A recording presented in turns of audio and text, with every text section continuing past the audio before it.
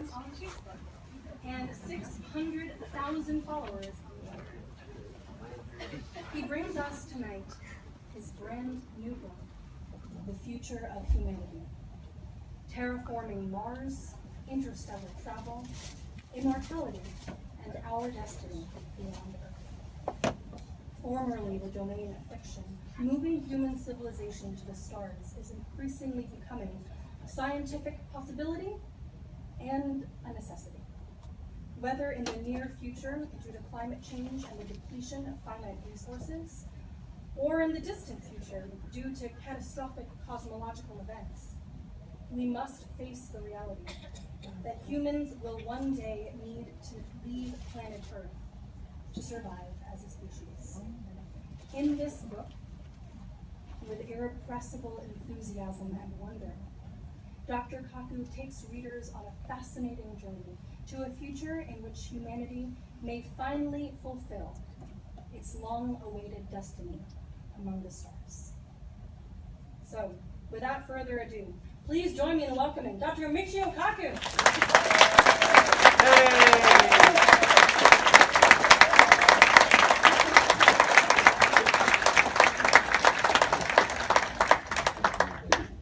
Well, after such a great introduction, I can't wait to hear the speaker myself.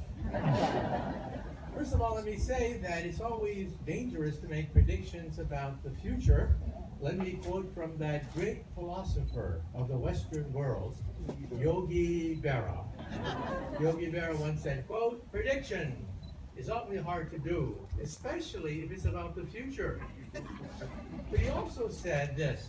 He said, on the road to the future, if you encounter a fork in the road, then be sure to take it. Well, that's what we're going to do today, because I've had the privilege of interviewing over 300 of the world's top scientists about the future of the space program. 300 of the world's top scientists. And each time I interview them, I ask them the question of all questions. The question that has haunted theologians and philosophers for centuries. That question is there intelligent life on the Earth? Probably not. No intelligent life on this planet, right? So today we are going to talk about the exploration of the universe. And we're going to talk about it scientifically. Now, some people ask me a simple question, and that is, what is the difference between a physicist and a chemist?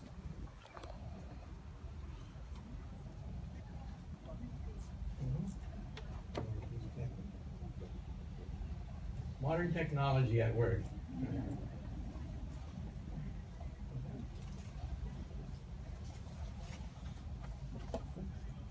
Let me go backwards. It's going the wrong way. Let me go backwards.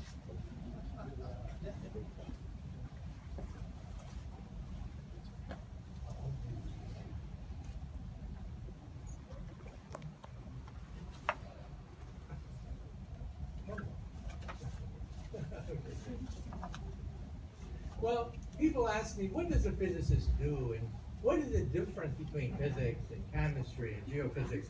Let me tell you a short story. During World War II, once there were 3 American scientists that were captured by the Nazis. And they were about to be executed as being spies for the Allies. So they put the geologist on the firing squad. And they asked him, do you have any last words?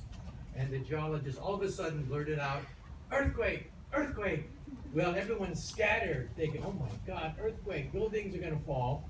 And in the chaos, the geologist snuck away. Then it was the physicist's turn. They put the physicist on the firing block, and they asked him, do you have any last words? And the physicist shouted out, lightning, lightning. Well, everyone scattered. Lightning bolts everywhere, they thought, and the physicist snuck out. Then it was the chemist's turn. They put the chemist on the firing squad, and they asked him, do you have any last words? And the chemist said, fire, fire, fire. No, wrong science. Well, today we are going to talk about a new era in the space program. Now, just a few weeks ago, you probably saw it on TV, a rocket was sent into space, the Falcon Heavy. Thousands of people lined up the streets of Cape Canaveral to watch this historic launch. Millions of people caught it on the internet. What was so historic? First of all, that was a moon rocket. That was no ordinary rocket that goes up and comes back down again or spins around the Earth. That was a moon rocket capable of putting astronauts around the moon. And second of all, who paid for it? Taxpayers? No. The private funds of Elon Musk, the billionaire. And so we're now seeing that the price of space travel has dropped. Silicon Valley billionaires are footing the bill for many of these programs. And we're witnessing a new era of space exploration. Just a few years ago, we had the movie The Martian, starring Matt Damon. That movie cost about $100 million to make. But the Indians actually put a probe on Mars for less than that, for $70 million. It cost more money to make a Hollywood movie about Mars than to actually put a probe around Mars. So we're witnessing a new era in space exploration. Also, Jeff Bezos of Amazon.com, not to be outdone, he has stated that he would like to make the Earth into a park. Why not put all our polluting industries into outer space and preserve the Earth as a garden, as a park for humanity, while polluting heavy industries are in outer space? And he has bankrolled his own spaceport. He doesn't go to Cape Canaveral at all. He has his own spaceport in Texas. So what we're witnessing here is a new era in space exploration. Back in the 60s, we went to the moon. It was our duty to go to the moon because we were up against the Russians. But now things have changed. Now it's Silicon Valley billionaires footing the bill. Its prices have dropped to the point that the Chinese have stated that as early as 2025, they may plant the Chinese flag on the moon. Things have changed since then. So we're talking about a new era of space exploration. Well, first of all, let me very quickly summarize some of the books that I've written. Physics of the Future goes 100 years into the future in artificial intelligence, robotics, medicine. I've interviewed 300 scientists for this book, a New York Times bestseller. Another bestseller was Physics of the Impossible, where we might have teleportation, starships, time travel. And in this book, I answer the question, what happens if you enter a time machine? You go backwards in time and meet your teenage mother before you're born, and she falls in love with you. Well, if your teenage mother falls in love with you before you're born, you're in deep doo-doo if that happens. And my last book, which actually hit #1 of the New York Times bestseller list, was The Future of the Mind.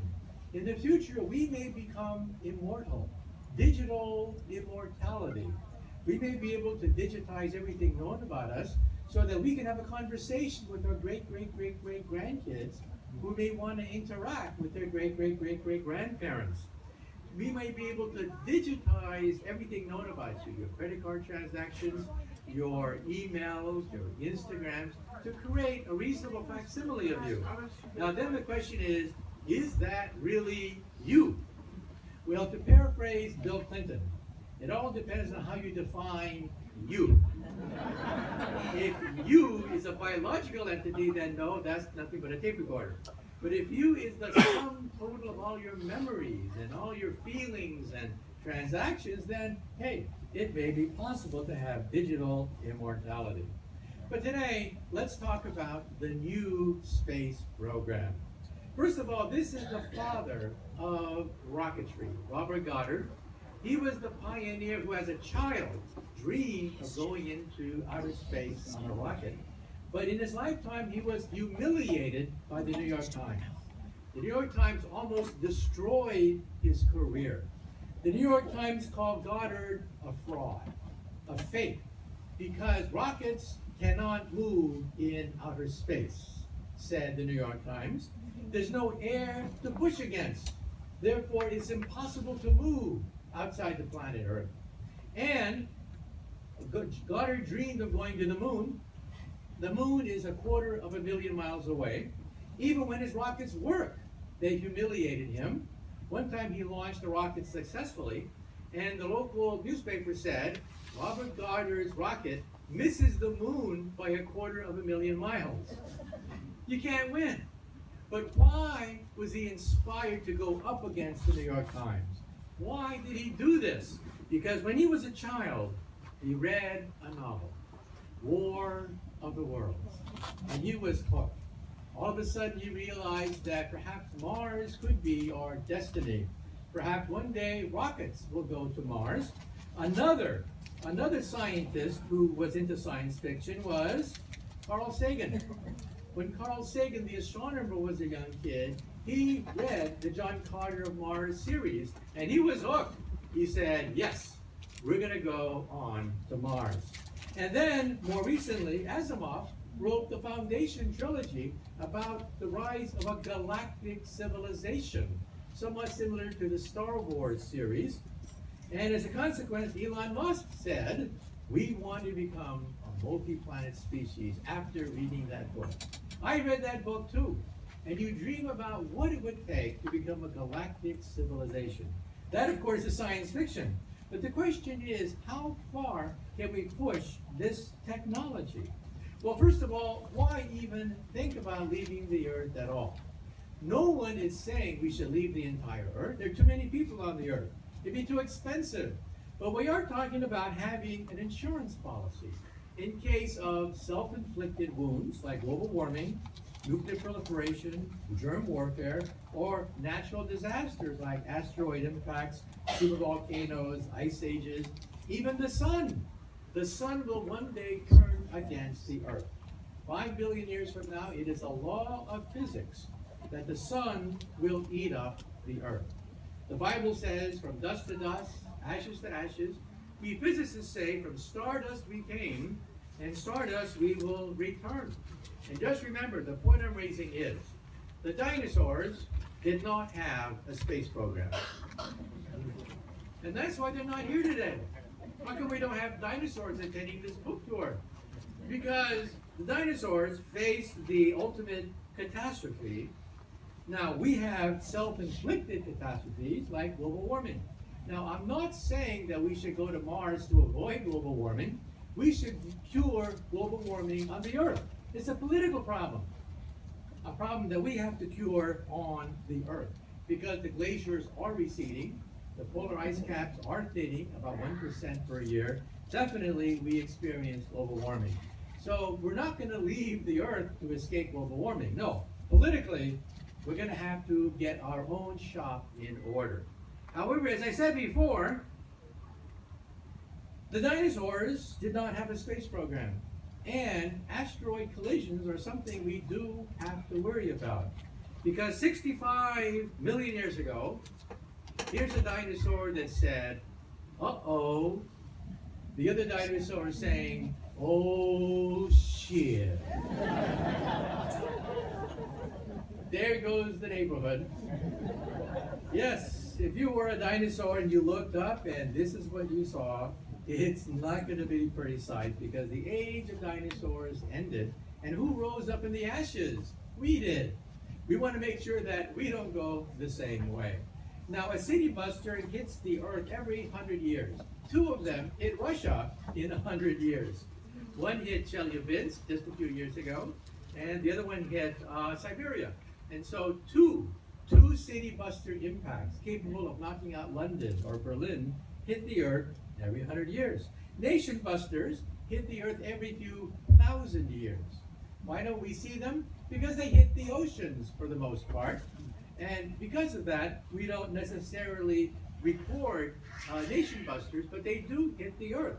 And then we have planet busters. Every 50 million years, the dinosaurs get wiped out. And so that's what we need, an insurance policy. And there's also a problem of a super volcano. This is Yellowstone National Park as you've never seen it. We're not talking about Yogi Bear.